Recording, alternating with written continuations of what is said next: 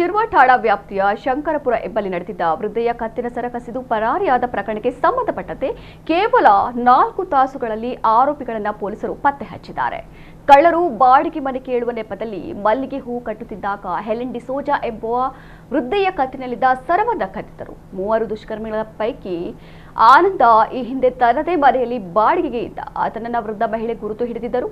ಮಹಿಳೆಯ ಕೊರಳಲ್ಲಿದ್ದ ಸುಮಾರು 28 ಗ್ರಾಂ ತೂಕದ ಚಿನ್ನದ ಸರ ಲಪಟಾಯಿಸಿದ್ದ 3 ತಂಡವನ್ನ ಸಿಸಿಟಿವಿ ಫುಟೇಜ್ ಆಧಾರದಲ್ಲಿ ಪತ್ತೆ ಹಚ್ಚಲು ಬೈಂದೂರು ಪೊಲೀಸರು ಕಾರ್ಯಾಚರಣೆಗೆ ಇಳಿದಿದ್ದರು. ಬೈಕ್ ಗುರುತಿನ ಆಧಾರದಲ್ಲಿ ಆರೋಪಿಗಳು ಪೊಲೀಸರ ಬಲೆಗೆ ಬಿದ್ದಿದ್ದಾರೆ. 3 ಆರೋಪಿಗಳಿಂದ ಚಿನ್ನದ ಸರ ಹಾಗೂ ಕೃತ್ಯಕ್ಕೆ ಬಳಸಿದ ಬೈಕ್ ಅನ್ನು ಪೊಲೀಸರು ವಶಪಡಿಸಿಕೊಂಡಿದ್ದಾರೆ. ಪೊಲೀಸರ ಕ್ಷಿಪ್ರ ಕಾರ್ಯಾಚರಣೆಗೆ ಸಾರ್ವಜನಿಕರಿಂದ ಪ್ರಶಂಸೆ ವ್ಯಕ್ತವಾಗಿದೆ.